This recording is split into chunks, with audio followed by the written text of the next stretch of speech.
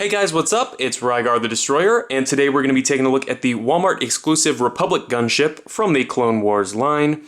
Now, unfortunately, I don't actually own the packaging for this vehicle. I bought it loose, so I can't show it off. So let's go ahead and just jump right into the review. Now, this vehicle sits at about 24 inches long with a wingspan of about 26 inches, and then it sits at just under 9 inches tall. So it's got a bunch of size. It's built like a tank. It's a really cool toy, and it looks amazing in a display.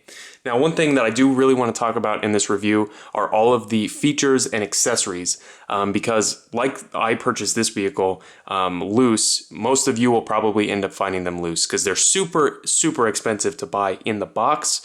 And one thing that you'll find with a lot of them is that they're missing about 80% of their accessories and half of their stuff is broken. So let's go ahead and run through the features on this vehicle. Up here at the front, there are two missiles, and they do swivel around, and in the middle there's a little button that can be used to fire the missile out of the front. Now, I do really like this because they don't look like big goofy missile launchers. They just look like a screen accurate gunship, which I really like. So kids have something to play with and collectors have a cool looking vehicle. Now, the cockpit does open. As you can see, there are two seats for clone pilots here, and then this just closes down and snaps down around them.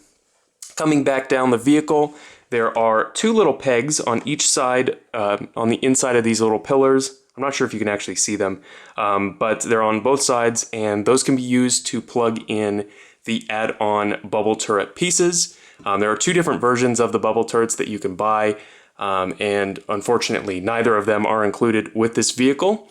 Coming down onto the floor, you can see a whole bunch of little pegs for figures, and this whole panel actually drops out of the bottom of the vehicle.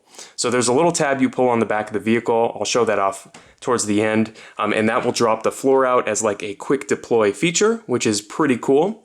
And then also on the inside, there are these two little pegs back here, which are used to store a speeder bike.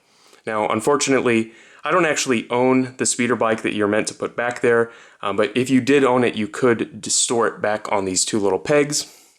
One other feature on the inside of the vehicle are these two little missiles plugged into the sides of the doors. Those are often gone when you go to buy this, so definitely double check that those are on the insides of the door. One of my favorite features of this vehicle I can't actually show off on this version. Unfortunately, the person that owned this before me didn't care about it as much as I do, and the doors are unfortunately broken on this one. But you can check any of my other gunship reviews and you can see the doors slowly open. It's so cool. It's actually the best part about this vehicle in my opinion. So it's definitely worth looking into that if you've never seen that before. Now on the wings here, let me flip them over so you can actually see them. The underside of the wing has these four little removable missiles, and that is repeated on both sides of the vehicle. And there are these little panels underneath the wing that can be used for storage. Now, when I set it down, you can see that there are these little turnable turrets on the wings. Unfortunately, unlike a lot of the other versions, these ones are painted solid wing color, so they're not clear like the other ones are, but it's not a huge deal. It does still look nice. As you come up the wing here, you can see that there's a little button on the top here, and that fires out this missile. On this particular version, they're like a transparent red color. And then right behind that, this is the button to open the doors. If mine were functional, I would be able to show that off.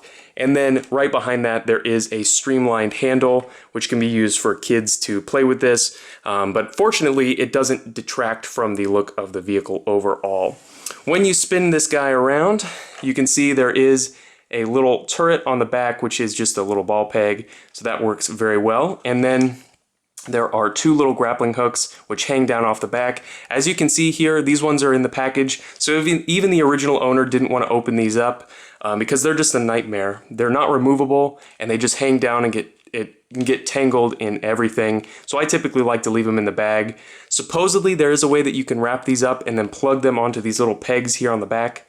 I personally have never been able to get that to actually work. So, you know, maybe you can, but I haven't been able to.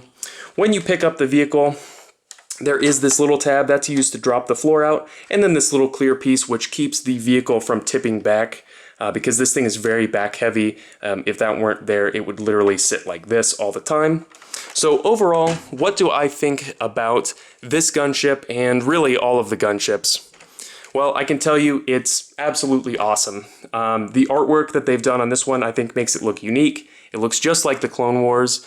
The vehicle is jam-packed with features for collectors and for kids. Just everything about it is amazing. The sculpt work, the execution, everything. It's absolutely perfect, and I recommend that you track down either this vehicle or one of the other releases because they're all really well done. So if you have any comments or questions, hit me up on my social media. The link for that will be down in the description below, and I guess I'll see you later.